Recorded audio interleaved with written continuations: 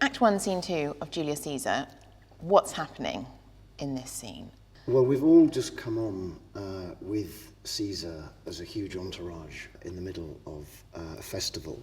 A soothsayer has just told him to beware the Ides of March. Caesar's dismissed him, and they've moved on to go and watch a big race which involves Antony and other runners. Cassius and Brutus are left alone on stage. It's not a pre-arranged meeting. I don't think so. Cassius has had some thoughts. The situation is getting worse with Caesar. He's taking over more and more. He's punching well above his weight in terms of what he should be as an emperor. And what about Brutus? Well, I think what's interesting about this scene, there's lots of different ways you could approach it, but I think you learn quite quickly that he's obviously been preoccupied with something's on his mind, and he hasn't quite been himself and been quite distant. To me, it's always been clear that he's been preoccupied about the way Caesar's acting, that Caesar's taking too much power on himself. So you've been having concerns about what's happening in Rome. Yeah. What do you think Cassius wants in this scene? Well, I think it shifts. I think the beginning of the scene, he simply wants, out of his sort of frustration and being hurt, he wants to confront Brutus and say, what is going on between us? Why are you behaving in this way? It might be that Brutus tells him that he's had enough of him and that's the end of it and the friendship's dying. But what happens, in fact, is that Brutus says that he's had some things on his mind, and that's why he's been behaving in this way, because he's been caught up in some dark thoughts himself. And at that point, Cassius's objective shifts, where he sees or wonders whether they are the same dark thoughts. I think that the danger's great, isn't it? So we've got the danger of you're in a public space, anybody could come back at any moment. You wouldn't want anybody to overhear this conversation. And also the nature of what you're talking about is really dangerous as well. Even each other. Potentially I could bring up, Caesar's a dangerous man and we should do something about it, and you could shop me in. You could say, I absolutely disagree with you, and I'm going to go to the authorities now. Yeah, and this but tell Caesar right now, there's always that danger as well, because Cassius is very aware that despite their own closeness, Brutus has a particularly special relationship with Caesar. Shall we try a version then, where we really turn the dial up on the danger, on the awareness that somebody might be nearby, somebody could be overhearing. Shall we have a go at that version?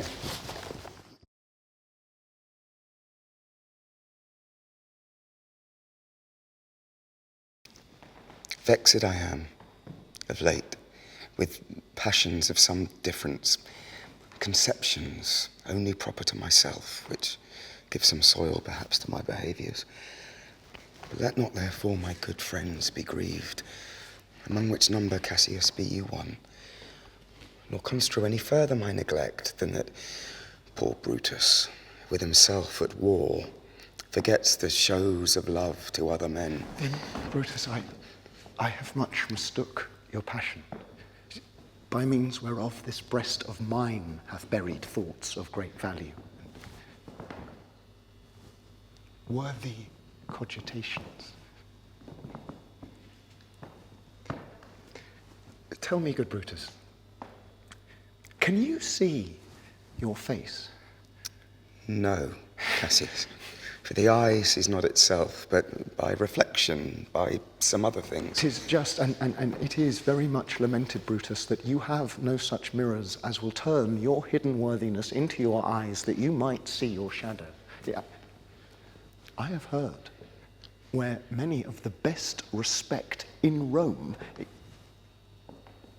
except immortal Caesar, speaking of Brutus and groaning underneath this age's yoke, have wished that noble Brutus had his eyes. Into what dangers would you lead me, Cassius, that you would have me seek into myself for that which is not in me?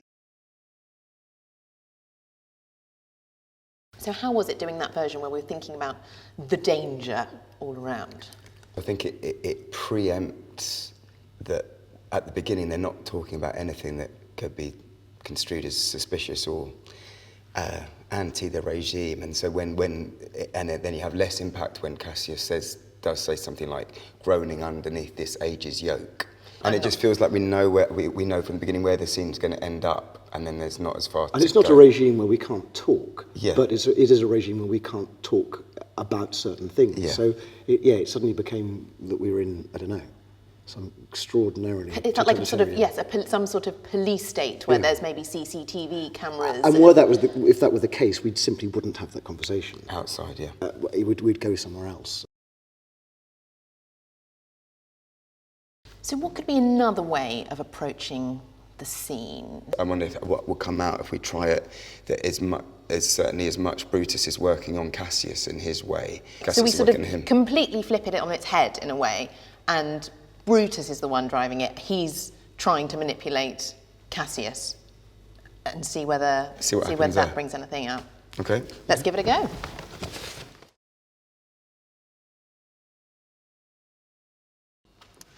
Vexed I am of late with passions of some difference, conceptions only proper to myself, which give some soil perhaps to my behaviours. But let not therefore my good friends be grieved, among which number, Cassius, be you one, nor construe any further my neglect than that poor Brutus, with himself at war, forgets the shows of love to other men. Then, Brutus, I have much mistook your passion, by means whereof this breast of mine hath buried thoughts of great value and worthy cogitations. Tell me, good Brutus, can you see your face? No, Cassius, for the eye sees not itself, but by reflection, by some other things. 'Tis just, and it is very much lamented, Brutus, that you have no such mirrors as will turn your hidden worthiness into your eyes, that you might see your shadow. I have heard where many of the best respect in Rome, except immortal Caesar, speaking of Brutus and groaning underneath this age's yoke, have wished that noble Brutus had his eyes. Into what dangers would you lead me, Cassius, that you would have me seek into myself for that which is not in me? How was that for you both? I think it was probably a bit too far, but there's something interesting that it brought out for me about their relationship, that he sort of knows that Cassius is emotionally dependent on his love and his need in some way. It was quite fun to just be that I'm here to try and play upon me. I'm open to. Yes, I'm open and you to touched options. him a bit more, didn't you? Yeah, because I thought that's what he needs. That's what Contact. this is going to make you feel better, and this is going to I haven't shown you love, so I'm going to show you love now. They're dependent on each other in their own ways, and that just took it to the extreme, the level of control that Brutus thinks he has over Cassius. And I just think that then there's somewhere in the middle of that. It's very clever, the choices, the way Cassius actually approaches it with Brutus, and that Brutus doesn't realise his ego is being appealed to, but underneath it all, that he thinks Cassius maybe is talking in general terms, but without really hearing it, it's like, oh, you're great, people think you're great. But I think it's somewhere in between of not, if he really didn't want to have the conversation with Cassius, he'd just leave the stage, but he doesn't. He chooses to. Cassius keeps him on there, keeps him listening, makes him hear. I felt Cassius didn't need to change that much. I felt he could just react to what you were doing. He was still drawn in by you, still pursuing an objective. You were just making that easier to achieve. Yes. Because you were interested and opening up doors. So it meant that you actually didn't have to work quite as hard to keep him there, because Brutus clearly wanted to stay there. Yeah.